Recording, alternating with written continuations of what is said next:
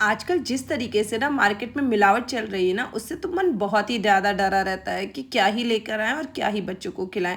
लेकिन बच्चे हैं तो जिद तो करते ही हैं कुछ भी खाने की। तो आज मैं ना ऐसी एक रेसिपी लेकर आई हूँ जो बहुत ज़्यादा हेल्दी और बहुत ज़्यादा टेस्टी है फ्रेंड्स, और इनको बनाना भी बहुत ज़्यादा आसान है। जी हाँ, मैं बात कर रही हूँ आटे और गुड़ से बने हुए ये नारियल बिस्किट की। और इनको आप ना कढ़ाई में या फिर अवन में और या फिर एयर फ्रायर किसी में भी आराम से बना लेंगे। तो इसके लिए ना आप मेरा पूरा वीडियो देखिएगा जरूर, और रेसिपी पसंद आए तो इसको ट्राई भी करिएगा। ये बहुत आसान है बनाना। तो इसके लिए लिया है मैंने आधा कप घी और 1 कप गुड़ का पाउडर। आप चाहें तो गुड़ की जगह पे चीनी भी यूज कर सकते हैं। और घी है ना, आपको रूम टेम्परेचर पर ही लेना है और दोनों को बहुत अच्छे से विस्क कर लेना है जब तक उसका टेक्सचर कुछ ऐसा नहीं हो जाता। और 4 से 5 मिनट में ये ऐसा हो जाता है। फिर इसके ऊपर एक छन्ना रख देंगे और उसमें ऐड कर देंगे 2 कप भर के गेहूं का आटा, और साथ ही 1/4 कप हम मिल्क पाउडर ऐड कर देंगे। मेरे पास छोटे छोटे पैकेट थे तो 2 पैकेट मैंने इसमें ऐड किए हैं 10 रुपए वाले। और साथ ही इसमें ऐड कर देंगे 1 टीस्पून बेकिंग पाउडर और ½ टीस्पून के करीब नमक। फिर सारी चीजों को आप बहुत अच्छे से छान लीजिएगा। छानना जरूरी है, इसलिए डायरेक्ट मत ऐड करिएगा।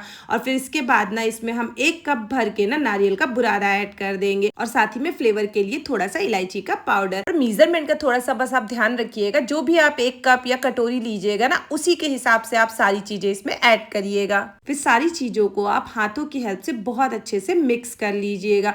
फिर इसमें थोड़ा थोड़ा सा ना दूध डालकर और इसका नॉर्मल सा डो बना लीजिएगा। दूध ना रूम टेम्परेचर पर ही रहे, ध्यान रखिएगा। और डो ना बहुत ज्यादा गूंदना नहीं है, बस सारी चीजों को अच्छे से समेट लेना है। तो अभी हमारा जो डो है वो एकदम रेडी है। तो इसको क्या करेंगे, क्लिंच पेपर ले लेंगे और डो को इसमें रैप करके हम थोड़ी देर के लिए फ्रिज में रख देंगे सेट होने के लिए। बहुत ज्यादा देर नहीं, बस आधे घंटे इनफ है। और अगर आपके पास क्लिंच रैपर नहीं है ना, तो आप किसी भी पन्नी में इसको अच्छे से रैप कर लीजिएगा और फ्रिज में रख दीजिएगा। इसके अंदर मॉइस्चर ना जाए, इसके लिए ये करना जरूरी है। तो अभी लगभग आधे घंटे हो चुके हैं और हमारा डो है वो अच्छे से सेट हो गया है। अभी आप किसी चकले पे या इस तरीके के चॉपिंग बोर्ड और या फिर आप किचन प्लेटफॉर्म पे ही ना कोई एक पेपर बिछा दीजिएगा, चाहे बटर पेपर ले लीजिएगा। मैंने ये यूनी रैप लिया है। डो को इसी पे रख के हम इसको आधा कर लेंगे, क्योंकि जो ज्यादा क्वांटिटी में है और हमारा जो चॉपिंग बोर्ड है थोड़ा छोटा है, तो इसलिए ना आधा आधा इसको हम बेलेंगे। फिर ना बेलन से आप इस तरीके से इसको फैला लीजिएगा, डो को अच्छे से बेल लीजिएगा। मतलब अच्छे से तो क्या ही बेलता है, फट ही जाता है,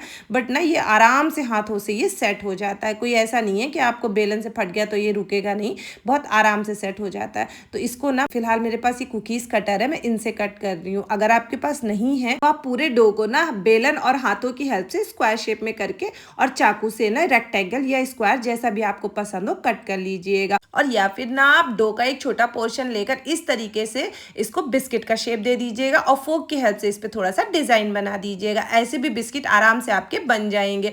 फिर जो बचा हुआ डो होगा उसको फिर से हम समेटेंगे और फिर से उसको बेलन की हेल्प से थोड़ा सा फैलाएंगे और हाथों से टैप करके थोड़ा थोड़ा सा ना उसको चिकना कर लेंगे। फिर ना कुकी कटर से इस तरीके से अपने सारे कुकीज बनाकर हम रेडी कर लेंगे। अभी हमारे लगभग सारे कुकीज बनकर रेडी है। मतलब ये आधे डो का है, आधा डो अभी पूरा रखा हुआ है, उसका दोबारा बनाऊंगी मैं। और जितनी क्वांटिटी मैंने ली है ना सारे इंग्रेडिएंट्स की, इतने में कम से कम आपके 40 से 50 कुकीज बनकर आराम से रेडी हो जाएंगे। तो यहाँ पे मैंने एयर फ्रायर की एक ट्रे ले ली है, उसके ऊपर पार्चमेंट पेपर लगा दिया है, मतलब बटर पेपर भी आप लगा सकते हैं।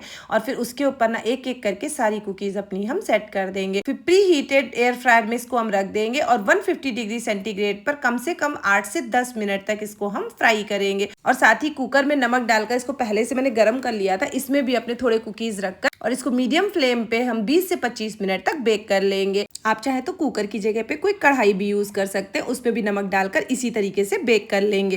तो अभी लगभग 10 मिनट हो गए थे, तो हम क्या करेंगे ना, इस सारी कुकीज को हम पलट देंगे। एयर फ्रायर है ना, तो ऊपर से ही सिर्फ इसमें ज्यादा फ्राई होता है, नीचे से थोड़ा कम होता है, तो इसको एक बार पलटना पड़ता है। तो इसलिए ना इसको पलट कर फिर से अब हम इसको 8 मिनट के लिए और बेक कर लेंगे, मतलब फ्राई कर लेंगे। मतलब टोटल आपको इसमें 16 से 17 मिनट लग जाएंगे फ्राई करने में। और जो मेरे बचे हुए दूसरा डो है, उसके जो कुकीज है उस पे मैंने थोड़ा सा यहाँ पे नारियल का बुरादा स्प्रेड किया है। मैंने सोचा देखे शायद देखने में सुंदर लगेगा।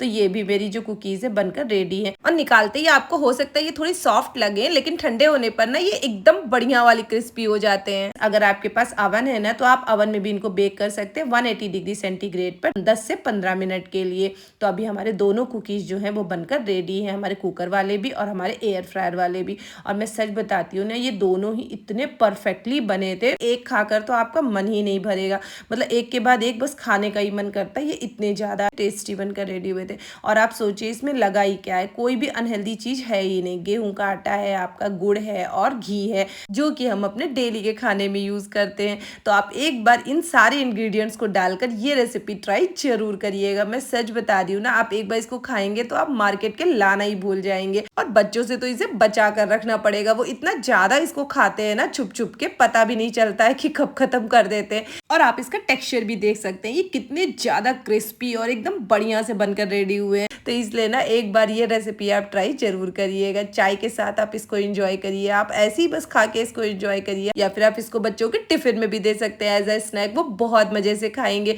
क्योंकि ये बने इतने ज़्यादा स्वादिष्ट है। इसका मीठा और हल्का सा नमकीन स्वाद ना आपका एकदम दिल ही जीत लेगा। तो इस बरसात के मौसम में बाहर की कोई भी चीज़ को आप बिल्कुल मत ट्राई करिएगा, सिर्फ घर का ही ट्राई करिएगा।